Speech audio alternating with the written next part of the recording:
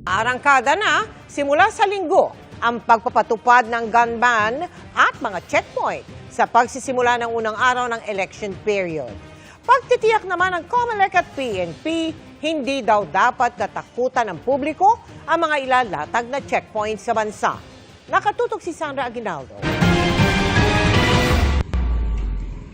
Madaling araw ng linggo, magiging pamilyar na tanawin muli ang mga checkpoint sa kalsada sa buong bansa dahil ito sa pagsisimula ng election period.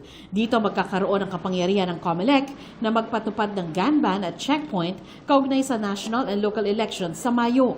Para iwas aberya, naistiyakin ng COMELEC at ng pulisya na hindi katatakutan ang mga checkpoint. Meron itong marked vehicle, meron itong signage kung saan nakalagay yung pangalan ng team leader. Yung mga nagmaman ng checkpoint, naka-properly uniform. May mga nameplate. At nasa well-lighted area kung gabi. Sa panig ng motorista, pinapayuhan ang lahat na makipagtulungan kapag pinahihinto ng mga otoridad. Pagkagabi, pag tayo papalapit sa checkpoint, patayin na natin yung headlight.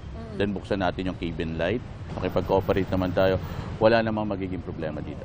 Paalala ng Automobile Association of the Philippines, ilang simpleng tanong lang ang dapat tinatanong sa ganitong sitwasyon. Hindi kailangan bumaba ng sasakyan, hindi naman pwede rin kapain yung mga passenger at saka yung driver because the main purpose is one or two questions. The basic engagement, saan ho kayo galing, saan ho kayo pupunta, tiga saan ho kayo, at saan kayo pupunta.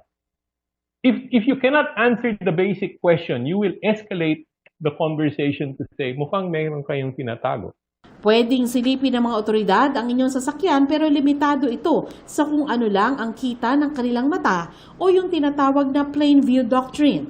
Sa pag-implement ng checkpoint, ma'am, check lang natin dito yung plain view doctrine. Yung i-apply lang natin, titignan natin kung may mga nakikita tayong mga ipinagbabawal, yung mga illegal na items dyan, katulad ng baril.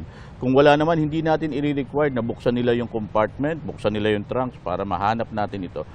Maliban na lang daw kung may sapat na dahilan para paghinalaan siya dahil sa kakaibang kinikilos at kung may impormasyon ng mga otoridad tungkol sa kanya. Pagtitiyak naman ng mga otoridad, magiging maingat sila sa pagsunod sa regulasyon. Kailangan namin ng sambayanan dyan upang ma-report, upang masabi sa amin ano pang dapat na adjustment ang dapat gawin natin. Yung nagtatraffic man o naiistorbo, pasensyahan nyo na po para sa inyo rin naman lahat yan. Para sa GMA Integrated News, Sandra Aguinaldo, nakatutok, 24 oras.